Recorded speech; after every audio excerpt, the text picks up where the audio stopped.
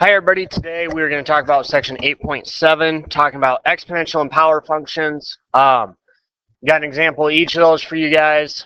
So we're going to write an exponential function of the form y is equal to a times b to the x, where a and b are just some numbers, and x will be the thing that changes. And they also tell us that the graph is going to pass through the points 1, 6, and 324.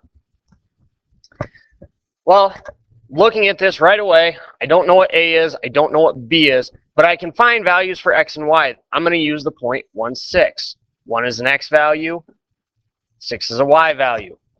So I can plug into this general form that they give us of a exponential function.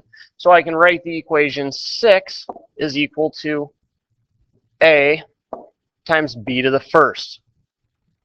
Just plugged in X and Y there. Which now, I can actually solve this equation for A, okay, because A is not going to change. So since A and B to the first are getting multiplied, I'm going to divide both sides by B. So I get that 6 divided by B is equal to A. Now, I know that doesn't seem like it helps us a lot, but it actually does. Because now what we're going to do is we're going to use the point 324. Again, 3 is going to be our x value, 24 is going to be our y value. So I'm going to get that 24 is equal to a times b cubed. But now you're probably thinking we're in the same spot that we were before where we don't have anything. But now I have this a value. I'm going to take 6 divided by b, and that's going to get plugged in into that formula that we just came up with. So I actually have 24 is equal to 6 divided by b times b cubed. Now, a couple different things I can do here. I can actually multiply this out, and I can figure out that I can get 6b cubed divided by b on the right-hand side there. Or what I can do is I can cancel, since I have 1b here and I have 3 there. I can knock that down to a 2. Okay, that works out very nicely. Whatever you need to do there, make sure you get that to multiply out. So since I have 1b down at the bottom, 3 up top, I have 2 at the top when I cross that out. So I end up with the equation of 24 is equal to 6b squared. Now this is a regular equation that we've been solving for a while now. Divide by 6. I get that 4 is equal to b squared. And to undo that, I'm going to take the square root of both sides. And I'm going to get that 2 is equal to b. Some of you may be asking, why did I not have to include a plus or minus with this? If you remember back when I defined exponential function, we defined b as always being positive, so I don't have to worry about that negative 2. So now that I know that b is equal to 2, I can find out what my a value is. I can take 2, plug that in for b there, and I get that 6 divided by 2 is equal to a. So 3 is equal to a. And the last step, we just need to write an equation plugging in everything that we just found. So we're going to end up using this general equation, y is equal to ab to the x. So I'm going to get y is equal to 3 times b times 2 to the x. Make sure you put some sort of multiplication symbol. I don't care if you put your 3 in parentheses or if you just use the dot to represent that multiplication. If you don't have anything there, it's going to look like 32 to the x, which is different than what we are actually doing. But there is your final answer.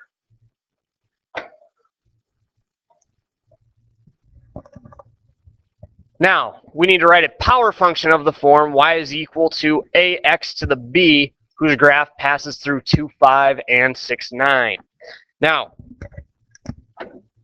This is a power function, so you got to read what they're asking you for. And notice that now, instead of a times b to the x, we have a times x to the b. So the x and the b have just flip-flopped spots, but there is the general equation that we are going to use.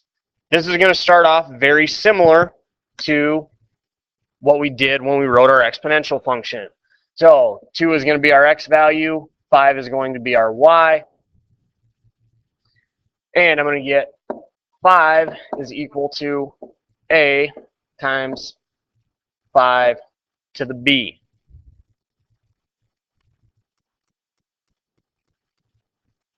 Two to the b, not 5 to the b. 2 to the b. And again, I want to get this a value by itself. I'm going to divide both sides by 2 to the b over 2 to the b. And you get that 5 divided by 2 to the b is equal to a. Again, just like we did before, we're going to go and we're going to use our other point. 6 will be our x, 9 will be our y. So I'm going to get 9 is equal to a times 6 to the b.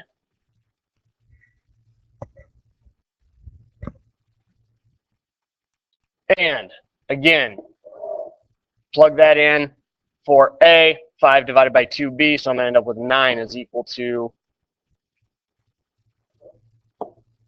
5 divided by 2b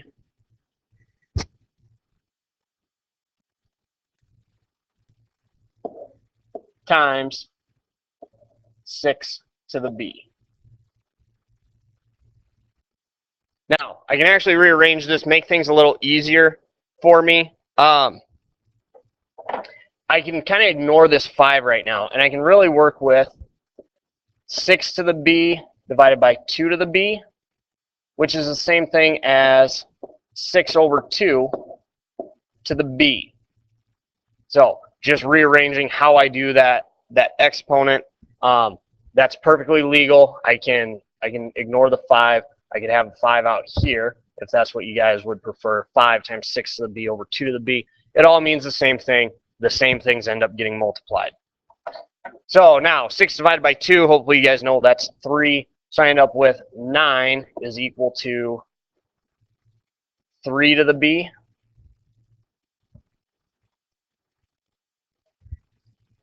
Five times 3 to the b. Sorry, forgot my 5.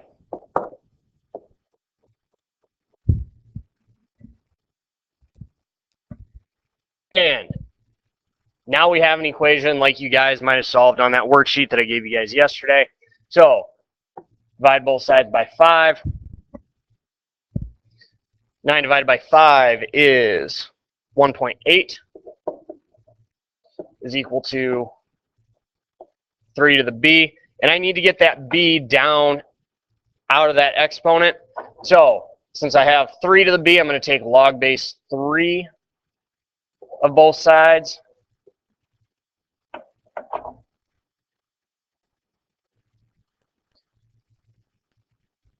And I end up with, on the right side, okay, log base 3 of 3 is gone. This b goes out front. So on the right, I'm just left with b. And if I'm going to type in log base 3 of 1.8, I'm going to go log of 1.8 divided by log of 3. Put that into my calculator, and it's going to give me that 0.535 is equal to b. So I have b. I know it seems like we've done so much to only just get a b, but it's not so bad from here on out, because now you just plug b value into there. You have 5 divided by 2 to the 0.535. And again, type that into your calculator, and you get that a is equal to 3.451. And just like we did in the last one, we're going to plug into this original general form that we're working with, y is equal to ax to the b. So I'm going to write my equation, y is equal to 3.451 times x to the 0.535. And that'll be your final answer. So, two very similar problems, just slightly different processes on how you get your A and your B. The key here is make sure you solve for A on one of them because A does not change. It's a lot easier to work with those A values instead of those B's. So, and again, remember, write me a nice equation when you're done. That's the final answer that I'm looking for.